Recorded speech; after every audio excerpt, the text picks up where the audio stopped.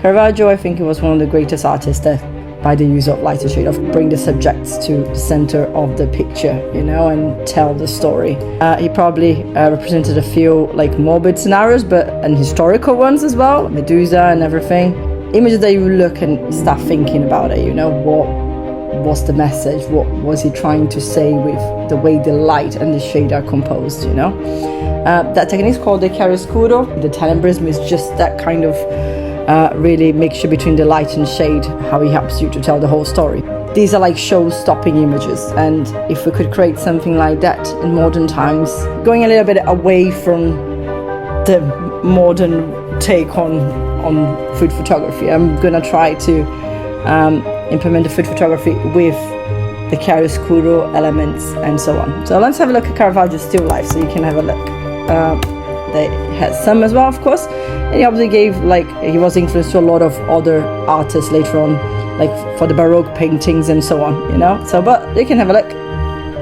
You can see, I love that he uses like the edge of the table to kind of set, and by using light and shade, he can give like that three-dimensional look, you know.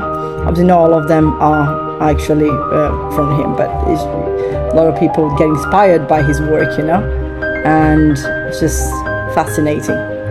So yeah, something more like that with the light on the background, light in the front, and just so I will do some light experiments myself, and I will see what we can come up with, and obviously I'll sketch it out before we actually out. But yeah, something along those lines is obviously this Caravaggio style as well. Somebody else did it, Saskia. Yeah, I think a lot of people did a lot of representations with painting, but let's see if anybody's done like Caravaggio still life photography. I'm sure there'll be some. Oh, no? You see, I thought there would be more people trying to do it. I mean, there is like, yeah, painting as well. Okay. Maybe probably don't use the terms. I'm sure they are using the techniques, the chiaroscuro and the tenebrism, if you want to use a more modern terms anyway.